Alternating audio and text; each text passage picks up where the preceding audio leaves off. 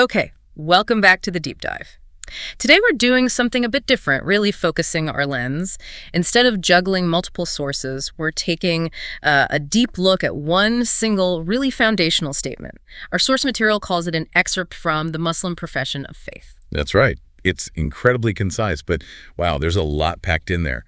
Our plan is basically to treat this text itself as our entire field of exploration today. See how it builds its meaning. And this statement, it's so foundational, so elegantly structured, looking closely at its words, its grammar. It feels like a shortcut to understanding a whole framework. Exactly. And, for anyone wanting the term, this declaration is widely known as the Shahada. It translates to testimony or witness. Good point. Okay, so let's put the core text on the table. The statement we're unpacking is, I bear witness that there is no God but Allah. He is one, he has no partner.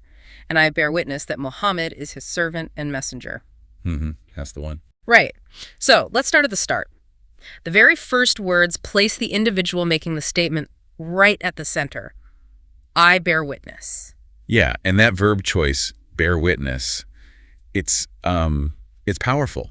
It's not simply I think or I believe. It feels much more formal, more active somehow. It absolutely is. Bearing witness suggests a formal testimony, a public declaration. You're stating something you hold is true with conviction, almost like you're testifying in court in a way. So there's an implication of personal commitment, maybe even public accountability. Definitely. It frames the entire thing as a personal covenant and saying, this is my affirmed reality. Structurally, it puts the individual's conscious act of testifying right up front. That's the foundation before anything else is stated. Okay, so once that personal act of witness is established, the declaration immediately pivots to the object of that witness, the divine. This feels like the first pillar here. There is no God but Allah. Exactly. And this phrase is where the core theological work happens. It's structurally quite elegant, really. It works in two steps. Okay, walk us through that. First, you get the negation. There is no God. Period. That's a powerful clearing of the slate. It dismisses any other potential deities, any idols, anything else vying for that position. Right. It sort of empties the space first. Precisely. It removes all competitors. Yeah. And only then, after that absolute negation, comes the affirmation. But hold on. So it defines the one God by first explicitly rejecting everything that is not God. It makes the affirmation incredibly specific and exclusive. But then the text we have doesn't stop there. It immediately adds these two reinforcing clauses. He is one, he has no partner. Why add these if no God but Allah already seems to establish his uniqueness? That's a great question. It suggests, I think, a real emphasis on absolute clarity, perhaps anticipating any potential misunderstanding. Defining God's unity wasn't always straightforward historically. The risk of associating partners, what's called shirk, was always a concern. So these are like guardrails. You can see them that way. He is one defines the essential quality of Allah. Absolute singularity is inherent to his nature. It's not just that he happens to be the only one. His very being is oneness. Okay. And the second part, no partner. That sets the boundary for interaction, you could say. It explicitly forbids associating anything else with him. No lesser deities, no intermediaries sharing divinity, no dilution of that absolute oneness. It makes the monotheism watertight, unambiguous. So it's both a positive definition, oneness, and a negative one, no partners allowed. Very clear. Extremely clear. It leaves no room for theological loopholes, so to speak. Right. Now that brings us to the second half of the declaration. There's a distinct shift. We move from pure theology about God's nature to something else. And significantly, it starts by repeating that initial act of commitment.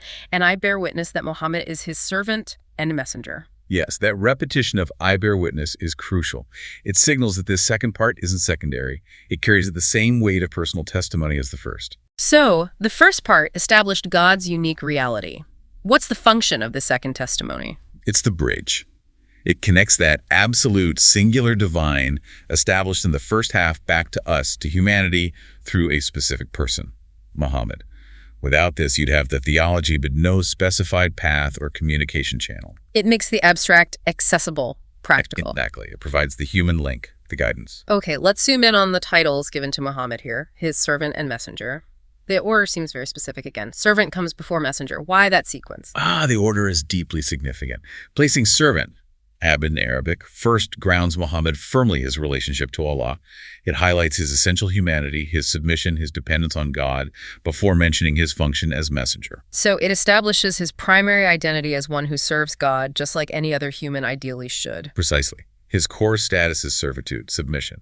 His role as messenger is the specific function he performs within that servitude. It prevents any inclination to elevate the messenger to a divine or semi-divine status. Which would contradict the first pillar. Exactly. It subtly reinforces the no partner clause by defining the messenger's status carefully. He's the conduit for the message, not a co-equal. His highest honor is his servitude. That's quite profound. The description itself safeguards the core message of oneness. It's structurally very coherent. Thinking about that structure again, why the repetition of I bear witness? Why not just say I bear witness that there is no God but Allah, and that Muhammad is his servant and messenger, linking them with one witness? That repetition is doing important work. By requiring a separate I bear witness for each clause, the text elevates both declarations to the same level of essential required affirmation. You have to testify to God's oneness, theology, and you have to testify to the prophethood of Muhammad, the path guidance. So they are distinct pillars of faith requiring individual affirmation, but they are inseparable within the one statement. That's a good way to put it. They are presented as two sides of the same coin, both demanding that active personal testimony.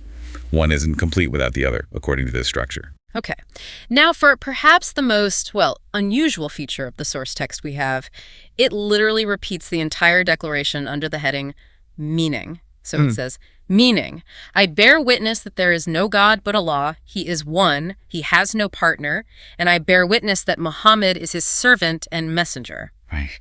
What does that tell us? Why state the meaning is the statement itself? No paraphrase, no explanation. Well, when a foundational text does, it essentially points back to itself as its own meanings, making a strong claim about its own clarity and sufficiency. It's suggesting the words themselves are perfectly clear, complete, and require no external interpretation to grasp their core meaning. So it's inherently unambiguous. The structure and wording contain the whole meaning. That seems to be the implication. The statement is presented as self-evident. It contains the negation, the affirmation, the reinforcement of unity, the link to humanity, the status of the messenger. It's all there. Adding commentary might even risk diluting or altering that carefully constructed meaning. It's like saying, this is it, read it, that's the meaning. A very confident textual stance. Very. It underscores the foundational, non-negotiable nature of this declaration within its tradition. Okay, so let's try and pull this together for you, the listener. What we've seen is that this short profession of faith, the Shahada, is incredibly efficient. It systematically lays out the core relationships. You've got the individual's role, the one bearing witness, then the nature of the divine Allah, defined by absolute oneness, no partners, and finally the connection, the intermediary Muhammad, defined first by servitude, then by his role as messenger. And understanding that structure, especially the two distinct witness clauses covering theology and prophecy, and seeing why those extra phrases, one and no partner, are there, it really does give you immediate clarity on the core message. Right. The structure itself teaches you the priorities and the safeguards built into the statement. It's designed for clarity. So, as a final thought, something maybe to chew on after this deep dive, consider this point that emerges purely from the text's structure. The first half defines God as absolute, unique, needing nothing. Yet the declaration insists that affirming that truth isn't complete without also affirming the specific human messenger in the second half. That's the tension, isn't it? Yeah. Why does this ultimate abstract truth about God seem to require this very specific human connection, the messenger, to be fully witnessed and accepted according to this foundational statement? Why is the second testimony necessary to fulfill the first? Something to reflect on the interplay between the absolute divine and the necessary human conduit. Exactly.